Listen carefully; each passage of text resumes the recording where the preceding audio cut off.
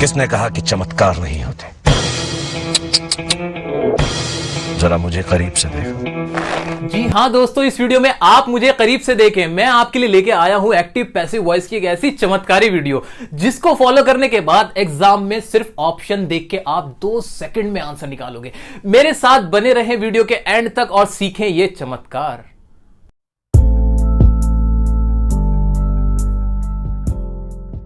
दोस्तों, active passive voice करने के लिए आपका टेंसेस का आना बहुत जरूरी है। अगर आपको टेंसेस आते हैं तो बहुत अच्छी बात है, अगर नहीं भी आते तो कोई बात नहीं। हमने आपके लिए टेंसेस की एक वीडियो बना रखी है जिसमें हमने 2 महीने का कोर्स मात्र 2 घंटे में करा रखा है। तो वहां जाके आप डियर सर के स्टाइल में टेंसेस को सीख सकते हैं। अब हम आते हैं एक्टिव पैसिव पे। पहले हम देखेंगे उसका कॉन्सेप्ट और कॉन्सेप्ट के बाद देखेंगे शॉर्ट ट्रिक। हाँ, जो शॉर्ट ट्रिक हम देखेंगे और उसको करने के बाद आप एग्जाम में ऑप्शन को देख के सही करने वाले हो। जी हाँ, ऑप्शन देखते ही सही आंसर लिखने वाले हो। तो जल्दी से देख लेते हैं कॉन्सेप्ट। आइए, कॉन्सेप्ट क्या है एक्टिव पैसिव वॉइस का? तो एक्टिव पैसिव वॉइस को समझने के लिए हमें पहले समझना पड़ेगा सेंटेंस को। भाई, सेंटेंस 3 चीजों से मिलकर बनता है। एक होता है हमारा सब्जेक्ट, एक होती है हमारी वर्ब और एक होता है हमारा ऑब्जेक्ट। यही तो होता है, ठीक है। ये 3 चीजें होती हैं। सब्जेक्ट कौन हो गया? जो काम करता है। ऑब्जेक्ट कौन हो गया? जिसके ऊपर काम किया जाता है। और वर्ब जो भी हमारी क्रिया हो रही होती है, जो भी हमारा काम हो रहा होता है। अब तक जो भी आप पढ़ के आए हो ना,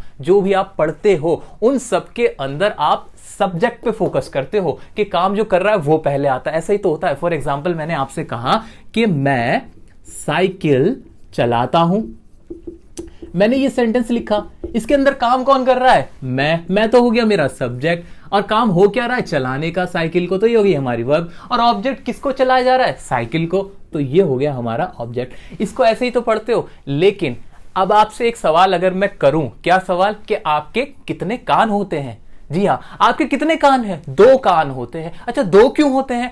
2 कान हमारे इसलिए होते हैं ताकि हम कान को चाहे इधर से पकड़ें या इधर से, बात एक ही रहेगी। जी हाँ, इसी तरह का कॉन्सेप्ट ही है एक्टिव पैसिव वॉइस का। हम जो भी बात कह रहे हैं उसको चाहे हम एक्टिव में कहें या पैसिव में, बात एक ही रहेगी। अब इस सेंटेंस को देखो इस तरह से, मैं साइकिल चलाता हूं। ये बात हुई कि मैं साइकिल चला रहा हूं, यानी चलाने वाला मैं और साइकिल को मैं चला रहा हूं। अगर मैं इसको कहने लगूं कि साइकिल को चलाया जाता है मेरे द्वारा, साइकिल को चलाया जाता है मेरे द्वारा। अब मैंने इसको अगर ऐसे बोला तो क्या गलत हो गया? क्या सेंटेंस बदल गया? नहीं, बिल्कुल नहीं बदला। सेंटेंस वही रहा दोस्तों। बस इसमें फर्क क्या हो गया? मेरा कहने का तरीका बदल गया। कान मैंने इधर से नहीं पकड़ा, इस बार इधर से पकड़ लिया। तो यानी मैं कह सकता हूं कि पैसिव वॉइस में हम क्या करते हैं, जो हमारा ऑब्जेक्ट होता है वो पहले आ जाता है, जो हमारा सब्जेक्ट होता है वो बाद में आ जाता है। अगर मैं इस स्ट्रक्चर की बात करूं तो ये ऑब्जेक्ट होगा, ये आएगा पहले, ये जो सब्जेक्ट होगा ये जाएगा लास्ट में, वर्ब अपनी जगह खड़ी रहेगी। लेकिन पैसिव वॉइस में हमेशा वर्ब की फॉर्म होगी थर्ड। जी हां, वर्ब के आप लगा देना थर्ड फॉर्म।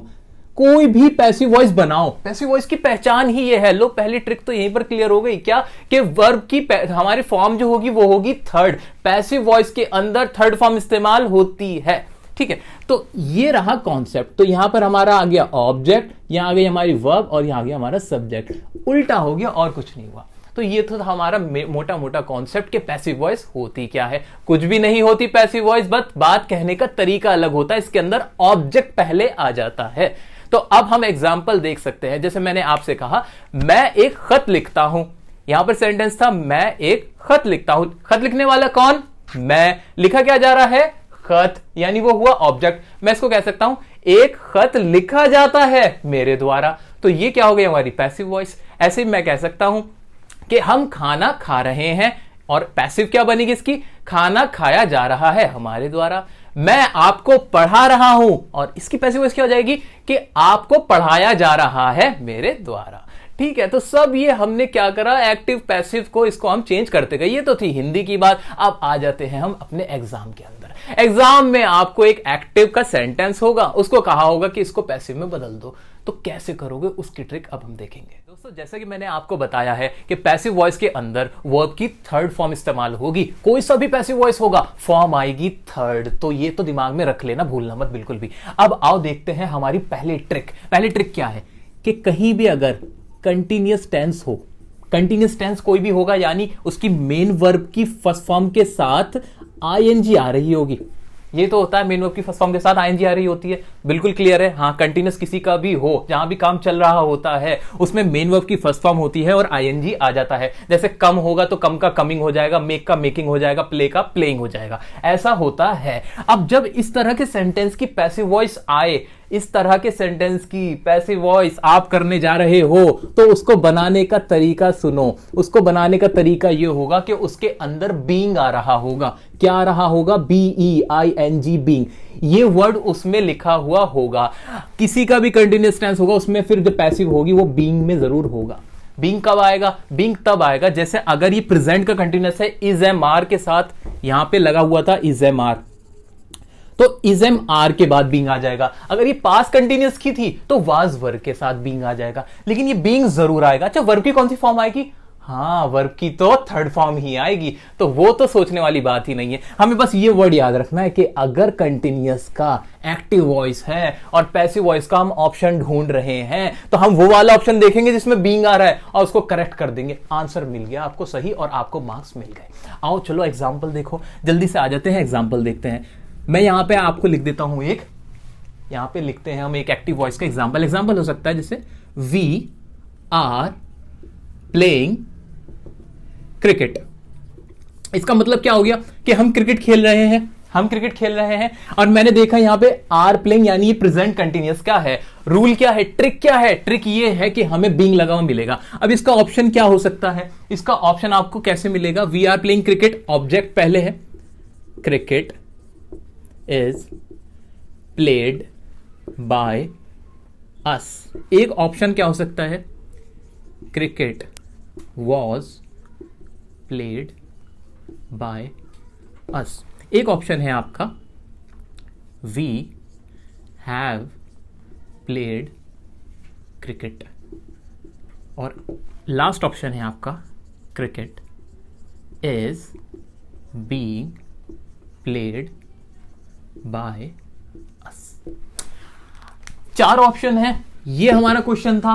ट्रिक क्या थी? बीइंग वाला पकड़ना है। बीइंग वाला कौन सा है इसमें? Cricket is played by us नहीं है, cricket was played by us नहीं है, वी हैव प्लेड क्रिकेट नहीं है, क्रिकेट इज बीइंग। अरे सर ये वाला, ये रहा बीइंग आ गया। अच्छा ये रहा। अच्छा, वर्ब की कौन सी फॉर्म है? सब में थर्ड थी वैसे तो, लेकिन इसमें हमें देखना कि थर्ड फॉर्म है। हाँ जी थर्ड फॉर्म भी, ये वाला रूल भी क्लियर हुआ, यानी ये पैसिव है, बिल्कुल सही है। थर्ड फॉर्म आई, बीइंग आ गया। आपका आंसर आपको यहां पर मिल गया। ये तो एक एग्जाम्पल था। आइए अब हम वो एग्जाम्पल करते हैं, वो वाले एग्जाम्पल जो एग्जाम्स में पूछे जा चुके हैं, और ये वाली ट्रिक अप्लाई करनी है। इसी ट्रिक को फॉलो करके देखना कैसे हम आंसर लेके आएंगे। दोस्तों अब आप अपने अपने स्टॉप वॉच निकाल लो और देखना कि कितने सेकंड्स में आपका आंसर निकल के आता है। हाँ जी, जैसा कि आपके स्क्रीन पे क्वेश्चन आ रहा है, पास्ट एग्जाम में पूछा हुआ क्वेश्चन है। आइए क्वेश्चन पढ़ते हैं। क्वेश्चन क्या कहता है? Select the one which best expresses the sentence in passive voice. के पैसिव वॉइस बनानी है और सेंटेंस लिखा हुआ है एक्टिव का, Sheela was writing a letter. जी ट्रिक क्या पड़ी थी? ट्रिक ये देखी थी कि अगर कंटिन्यूअस हो तो ढूंढना है ऑप्शन बीइंग वाला। आओ ढूंढते हैं। ए ऑप्शन में बीइंग है नहीं है, बी में ऑप्शन में बीइंग है, हाँ है जी। आंसर मिल गया, आंसर है आपका बी। अब देखो कितने सेकंड में आंसर आया।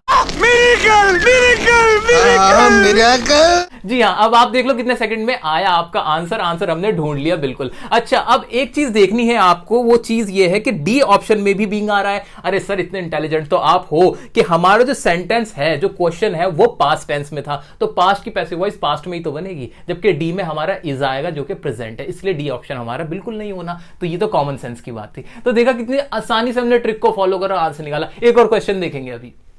एक क्वेश्चन ये आया हुआ है कि समवन इज फॉलोइंग अस और इसकी पैसिव वॉइस बनानी है। ट्रिक क्या है? इज फॉलोइंग समझ में आ गया, प्रेजेंट कंटिन्यूअस है। क्या ढूंढना है? बीइंग ढूंढना है। बीइंग ढूंढो। ए ऑप्शन में बीइंग है नहीं है, बी में बीइंग है हाँ है, लेकिन सी में भी तो बीइंग है, लेकिन आपको जैसे पता है वो पास्ट है, वर लगा हुआ है, तो आंसर आ जाएगा बी, बिल्कुल कॉन्फिडेंस के साथ आएगा। अच्छा एक चीज और समझ लो दोस्तों, क्या कि जो आंसर है वी बन गया, अस का वी बन गया, वो ऐसे बन गया कि जो हमारा ऑब्जेक्ट था वो सब्जेक्ट हो जाता है हमारे पैसिव वॉइस बनाते हुए, तो सब्जेक्टिव केस लग गया, अस का वी बन गया, आप जानते ही हो, और समवन का समवन ही रहा, क्योंकि समवन का कोई प्रोनाउन तो है नहीं जो चेंज हो जाता। ठीक है, तो ये हमारा बी आया। अब अगला क्वेश्चन देखते हैं। अगला क्वेश्चन है हमारा, where were they playing the cricket match. Sir ये तो डिफरेंट क्वेश्चन है, ये कैसे करूं? आपने बताया नहीं। अरे बताया तो है, ट्रिक वही तो है। ट्रिक क्या है? कुछ भी नहीं। इज प्लेइंग हो, वॉज प्लेइंग हो, कुछ भी हो, कंटिन्यूअस होना चाहिए। आपको तो बीइंग ढूंढना है। बीइंग ढूंढो ना, इसके अंदर बीइंग कहां है? बीइंग है। ए ऑप्शन में बीइंग है नहीं है, बी में है नहीं है, सी में है नहीं है, डी में है। भाई डी पकड़ लो, डी इसका आंसर हो जाएगा, कुछ सोचना ही नहीं। देखो कितने आसानी से बन रहे हैं, कोई भी टाइप का क्वेश्चन आ जाए, कितना ही लंबा क्वेश्चन आ जाए, बस देख लो। अगर आईएनजी लगा हुआ है वर्ब के साथ तो आपको ढूंढना है बीइंग, और बीइंग जिसमें मिल जाए वो लगा दो आंसर, बिल्कुल खत्म बात। और क्वेश्चन देखेंगे सर, और क्वेश्चन देखेंगे, जितने क्वेश्चन है सब देखेंगे अपने। आज यहां पर हम पक्का करके जाएंगे कि एग्जाम में कोई भी क्वेश्चन आ जाए एक्टिव पैसिव वॉइस का, हम ट्रिक यूज करेंगे और टाइम बचाते हुए मार्क्स स्कोर करेंगे। अगला क्वेश्चन क्या है? अगला क्वेश्चन है हमारा, the boys were digging a hole in the ground. इसमें भी डिगिंग आ गया, यानी आईएनजी लगा हुआ है, पास्ट का कंटिन्यूअस है, तो बीइंग देख लो। बीइंग पहले ऑप्शन में इसमें बीइंग है, हाँ है, आंसर तो इसका यही हो जाना चाहिए क्योंकि बाकियों में तो बीइंग है ही नहीं। सर इसका आंसर हो गया ए। अब लगा लो, आप सेकंड्स काउंट करो ना, कितना टाइम लगा आपको इतने सारे क्वेश्चन करने में। सर कोई टाइम नहीं लगना, इसी तरह हमने इस ट्रिक को फॉलो किया और सारे आंसर को निकाल लिया। अच्छा, अब एक और क्वेश्चन है, थोड़ा और टिपिकल क्वेश्चन देख लेते हैं, देखते क्या हम उसमें फंसते हैं। जी बिल्कुल नहीं फंसेंगे वैसे तो। दोस्तों क्वेश्चन है, the police are questioning Mr and Mrs Sharma. तो ये भी कंटिन्यूअस था। बीइंग वाला ढूंढो ना, इसके अंदर बीइंग वाला, ए में बीइंग है नहीं है, बी में बीइंग है नहीं है, सी में बीइंग है नहीं है, डी में बीइंग है, यही आंसर है। बिल्कुल हमने इसको भी कर लिया, बिल्कुल नहीं फंसे सर। कितने ही टाइप के क्वेश्चन दे दो, आ जाओ मैदान में और हमें क्वेश्चन दे दो, हम तो करेक्ट आंसर ही करके आएंगे। तो हमने ये देखे थी पहली ट्रिक और उसके ऊपर बेस्ड क्वेश्चन जो हमने सक्सेसफुली बना दिए। अगर वीडियो समझ में आ रही है, मजा आ रहा है, तो प्लीज इसको लाइक करना ना भूलें। अब आते हैं हमारी दूसरी ट्रिक की तरफ। जी हां, एक और गोल्डन ट्रिक हम फॉलो करेंगे और अपने आंसर बनाएंगे। दोस्तों अब हम बढ़ते हैं हमारी दूसरी ट्रिक की तरफ। जी हां, बिल्कुल कंसंट्रेशन बना के रखना क्योंकि यही ट्रिक आपको एग्जाम में मार्क्स दिलाने वाले हैं और आपका टाइम बचाने वाले हैं। दूसरी ट्रिक क्या है और समझो। जब भी आप कोई एक्टिव वॉइस देखो जिसके अंदर इस्तेमाल हो रहा हो हैज, हैव और हैड, अगर इनमें से कोई भी इस्तेमाल हो रहा हो तो दिमाग के पर्दे खोल लेना कि ये तो होंगे हमारे परफेक्ट टेंस। जी हां, प्रेजेंट, पास्ट, फ्यूचर के परफेक्ट टेंस में हैज एंड हैड का इस्तेमाल होता ही होता है और इनके साथ मेन वर्ब की ऑलरेडी भी थर्ड फॉर्म ही लगी हुई होती है। पैसिव वॉइस में भी थर्ड फॉर्म ही लगी हुई होती है, तो फॉर्म की तो हमें टेंशन लेनी ही नहीं। हमें बस ये देखना अगर हैज, हैव, हैड आ रहा है एक्टिव के अंदर तो हमें ऑप्शन क्या ढूंढना है? जी हमें ऑप्शन तब ढूंढना है बीन वाला। जी हां, हमें वो ऑप्शन ढूंढना है जिसके हैज, हैव और हैड के बाद बीन लगा हुआ हो। क्या लगा हुआ हो? BEEN। ये अगर लगा हुआ है तो ये करेक्ट आंसर है।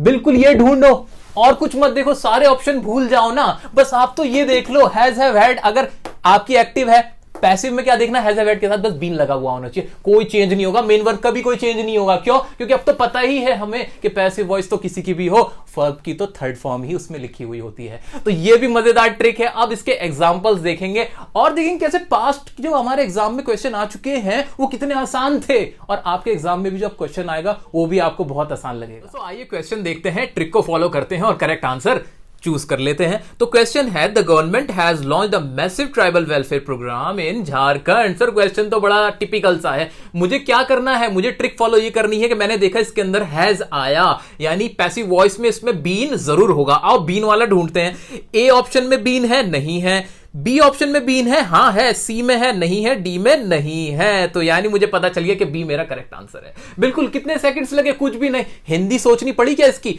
नहीं सोचनी पड़ी। अगर हिंदी भी नहीं आती, क्वेश्चन समझ में भी नहीं आ रहा, तब भी करेक्ट आंसर लिख के आओगे, मार्क्स आपको जरूर मिलेंगे। आओ अगला क्वेश्चन देखते हैं। अगला क्वेश्चन है हमारा, the minister had already informed his cabinet about his decision. इसके अंदर भी मैंने देखा हैड आया, यानी पैसिव वॉइस में बीन आएगा, वही फॉलो करेंगे।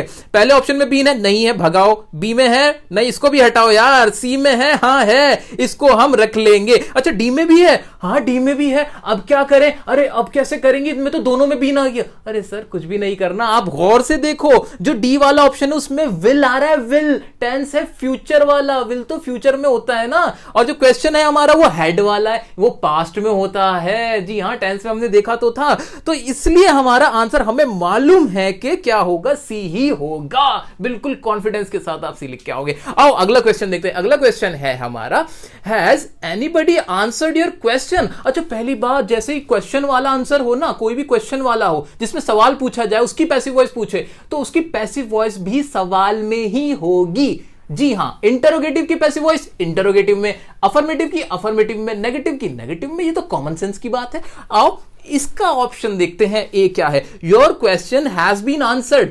देखो इसके अंदर भी बीन आया तो ये करेक्ट आंसर है। नहीं नहीं नहीं, अभी तो सीखा क्या कि क्वेश्चन वाले का तो क्वेश्चन के ही सीक्वेंस में होगा, इसका स्ट्रक्चर गलत है। बीन जरूर आ रहा है लेकिन स्ट्रक्चर गलत है, शुरू में हेल्पिंग वर्ब आनी थी तो इसको हमने हटा दिया। अच्छा बी पार्ट में, बी ऑप्शन के अंदर बीन है? नहीं है। सी में है? हाँ है। क्या सी करेक्ट आंसर है? जी हाँ, इसका आंसर करेक्ट होगा सी, बिल्कुल। आओ अगला क्वेश्चन देखते हैं। अगला क्वेश्चन है हमारा the government has not approved the new drug for sale. इसके अंदर भी हैज आया, नॉट आया और थर्ड फॉर्म थी यानी हैज वाला ही हो गया। अच्छा तो इसके में क्या ढूंढना है? बीन ही ढूंढना है। जल्दी से देखते हैं। ए पार्ट में, ए ऑप्शन के अंदर बीन वाला है? हाँ है तो सही।